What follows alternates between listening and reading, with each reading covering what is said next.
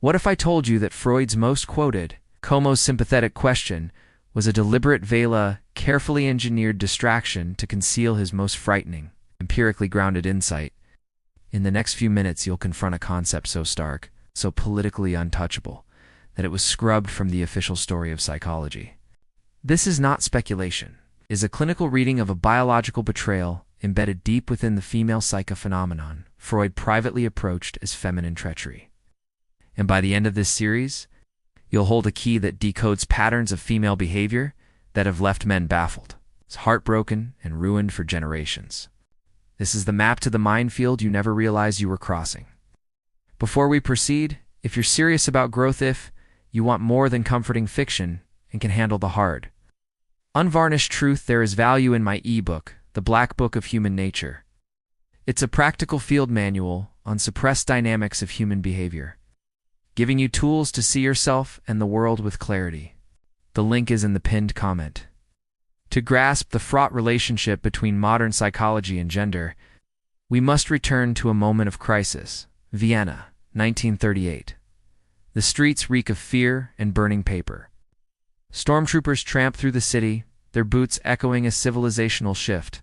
A frail, cancer-ridden old man is forced to flee the only home he has ever known.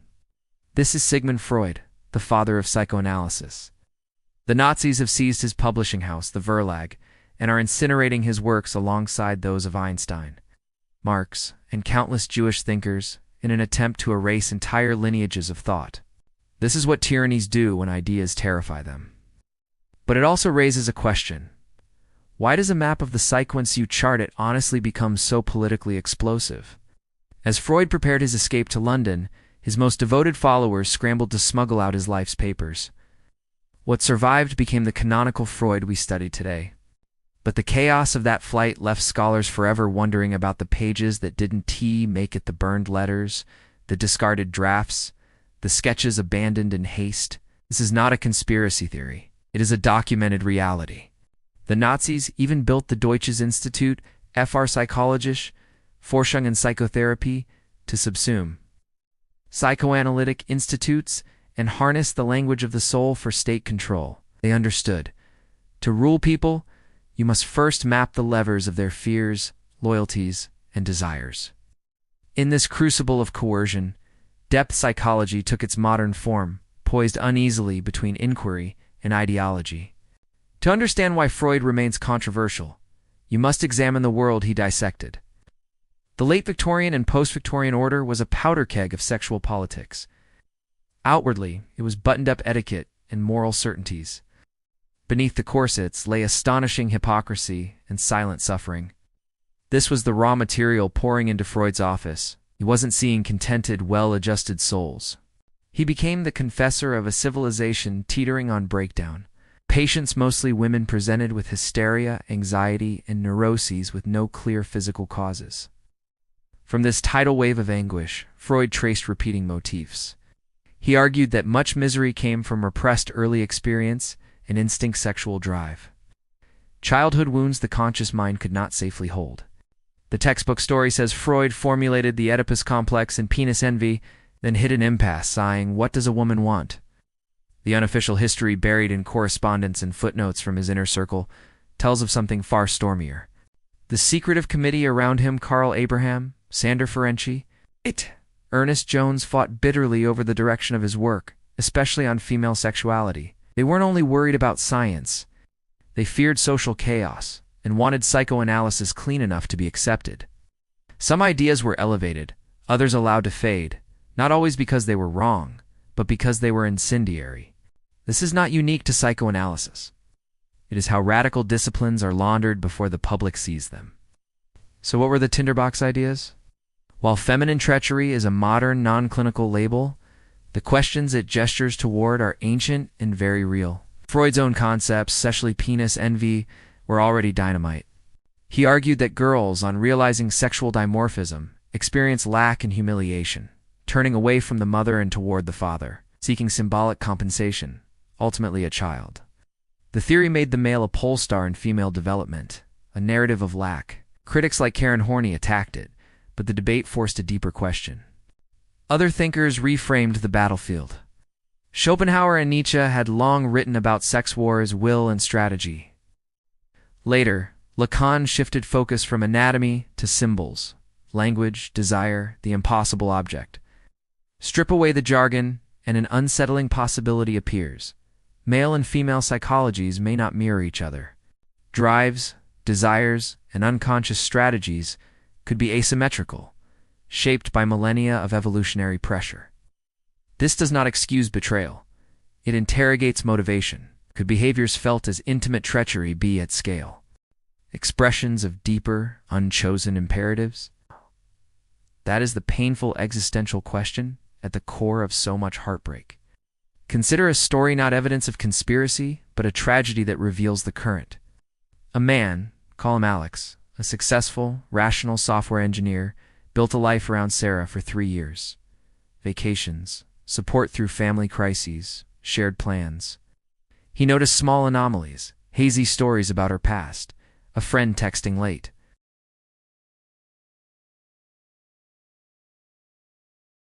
And he believed her. One Tuesday, he came home early. Half the apartment was gone. A note on the counter. "I'm sorry, you deserve better. I'm staying with my sister." He later learned she had rekindled with an unstable income but intoxicating excitement. Alex unraveled, asking in therapy if he was too dull, not protective enough. He was asking the wrong questions. He wasn't only competing with another man, he was up against a cross-cultural pattern. He embodied stability and provisioning the base camp. The musician represented risk and novelty, the summit. Her choice, devastating as it was, can be read through tensions between safety and passion, between commitment and the lure of the new. His failure wasn't moral, it was strategic. He misunderstood the contradictory nature of human desire. This isn't just anecdote. Research in sociology and psychology documents these patterns without inflammatory language. A long-running study from the University of Chicago's National Opinion Research Center, tracking couples over decades, observed uncomfortable correlations in divorces initiated by women. Reasons like fell out of love, unhappy, poor communication often co-occurred with the perception real or imagined of a better alternative. Colloquially, branch swinging. A greater share of women who initiated divorce had a new partner lined up than men. Not proof of malice data suggesting divergent strategies for securing social and emotional futures. The man operating in linear loyalty and problem-solving finds himself baffled by a partner responding to a more complex web of evolutionary and psychological insecurity and opportunity intertwined. From that misalignment comes pain. If you want the mass to fall away, look to survival's edge. Europe's Great Famine of 1315 to 1317 annihilated crops in order. Chronicles like the Annales Gandance's record, a grim pattern historians seldom emphasize. Abandonment, wives and mothers leaving families to follow soldiers or merchants who had food, trading service for survival. Men often stayed and starved fighting for kin. Some women, especially younger, realigned to live. Not universal, but documented under extreme pressure. Not feminine treachery triage. From a cold evolutionary lens, loyalty to a dying man and starving children is a genetic dead end. Realigning with a resource holder is calculated survival.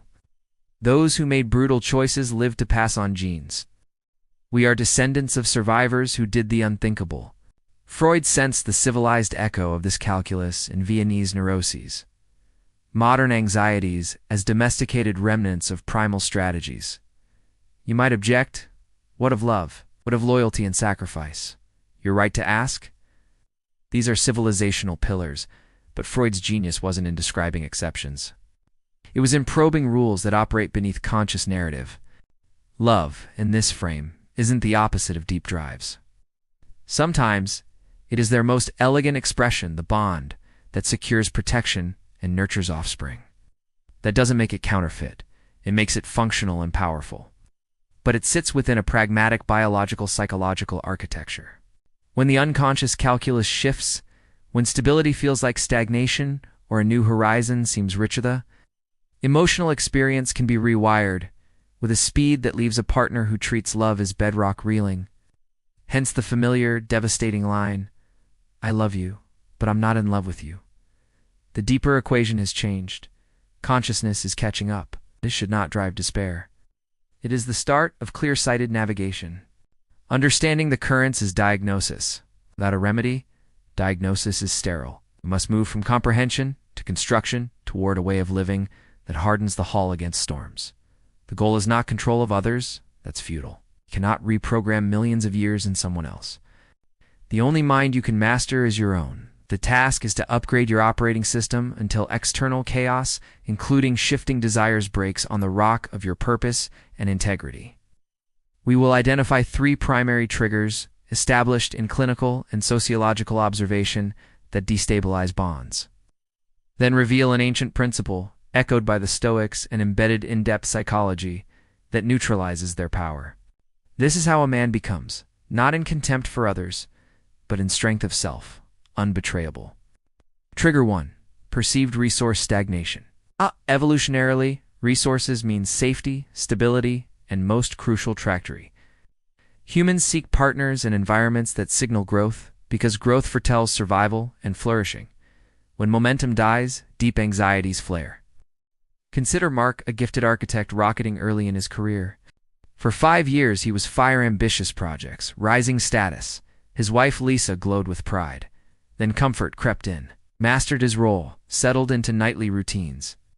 He provided, stayed faithful, believed stability was virtue. Lisa's admiration dimmed, questions sharpened. Start your own firm. Ask for more. He dismissed it as nagging. He had become a calm lake after being a surging river. At yoga, she met a volatile entrepreneurisky, but ascending. Within a year she left. Mark was stunned. I gave her everything. He gave a comfortable present, not an expanding future. Comfort undid him. The data is robust, though often masked by cautious language. A Journal of Personality and Social Psychology study on matrix tension signals found perceived ambition and upward potential often outweighed current holdings and long-term desirability. In vignettes, the hard-working law student from modest means outranked the content. Secure office manager, one is a finite pool, the other, an opening horizon. This is why people are drawn to partners on a mission larger than the relationship. Investment in growth signals vitality. Make your partner the center of your life and you invite a paradox. You trigger devaluation.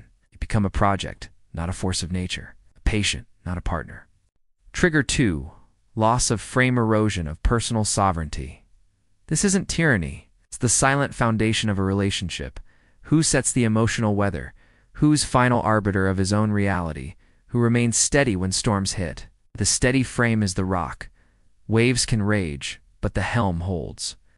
Frame loss begins when a person outsources their state to a partner. Reactivity replaces presence. Their lover's anxiety becomes a command, or sadness a duty to fix. Approval is sought for every choice. In that surrender, the very quality that felt safe evaporates. Picture David, once confident and playful, running a thriving small business. He led with warmth, planned with conviction, teased with charm. After moving in with Chloe, the frame drifted. Replaced I've got a place tonight. He feared her moods, walked on eggshells, managed emotions instead of relating. During a minor money spat, she snapped, "You're weak." I can't respect someone who just folds. It shattered him because it was true. She wasn't following a captain. She was towing a wreck. Soon she entangled with a more assertive rival. Respect is the ground of lasting attraction. Without a coherent core, respect cannot stand. History offers a parable. Louis XVI and Marie Antoinette. The King of France possessed near limitless resources. Yet he was seen as hesitant and malleable, ruled by ministers and, in public imagination, by his queen. Marie Antoinette's reputed liaison with Count Axel von Ferzana, decisive military mandant, discovered the gap. The king had wealth. He lacked frame. The count radiated clarity and purpose. Courts, boardrooms, marriages repeat this tale. Titles are not power. Character is. Trigger 3. Emotional overinvestment, the collapse of sovereignty into dependency. De blows from a noble impulse. 2. Levan mutates into pathology. When a person makes a partner their sole source of validation, identity, and purpose, they become a burden. Healthy love is to complete worlds meeting. Pathological love annexes one world into another. The man with no mission, no brotherhood, no passions beyond his partner, pours all emotional eggs into a single basket. Catastrophic fragility. Neediness repels. It signals net consumption of energy. It asks a partner to fill a void only the self can fill. You've seen it. The friend who vanishes into a relationship, skips the gym, drops hobbies, becomes endlessly available. He thinks it's devotion. It reads as low value and dependency. When someone senses they are your entire world, the pressure curdles attraction into contempt. The psyche reads liability. If she leaves, he collapses. His clinginess may cage her future. The severing that follows is often brutal but logical. Cut the dead weight, regain freedom. Attachment theory formalizes this. The anxious, preoccupied style, hungry for reassurance, terrified of abandonment products instability. Partners of the anxious report lower satisfaction and higher infidelity rates. Conversely, a long-term UC Berkeley study found that couples who maintained independent friendships and hobbies reported more respect, more passion, and far lower divorce rates. Interdependence attracts, enmeshment corrodes. Now the antidote. Purpose-centered sovereignty. The unbetrayable man is not perfect or ironclad rich. He is a person whose central axis mission, craft, philosophy, service, exists outside any single relationship. Axis is his sun. The relationship is a planet warmed by its light, not the source of it. When worth is self-generated, no partner holds your soul in escrow. Someone can leave you. They cannot shatter you. Your identity rests on bedrock, not on shifting tides. Practically, this means a non-negotiable mission building, a business. K. Mastering a craft, reaching physical excellence, creating art, pursuing truth, serving family, or community. It means a fortress of solitude, sacred time alone, or with a trusted brotherhood to strategize, cover, and remember who you are beyond romance. It means leading your life with calm, grounded frame. You invite your partner into a world you author you, listen and empathize without ceding the helm. Your emotional state is your charge. Satisfaction comes from competence, from progress, from philosophical acceptance of reality. Love then becomes a treasured addition to a complete life, not its scaffolding. A gift, not a need. This is the blazing conclusion drawn from darkness. The solution is not control of others, but mastery of self. The path to unbetrayable is the path to integration, power, and purpose. It demands discipline, the courage to stare into dependency and fill the void with meaning you create. Few will walk it. Those who do gain freedom, the freedom of knowing your worth. Identity and destiny are in your hands, beyond the flux of external circumstance or the unconscious strategies of others. You cease playing a game you dan, till you understand and become master of the only game that matters, the conquest of your own potential. The hard truths of human nature were not hidden to spare your feelings, but to shield ordinary minds from the terrifying responsibility of greatness. Now that you've seen, the responsibility is yours.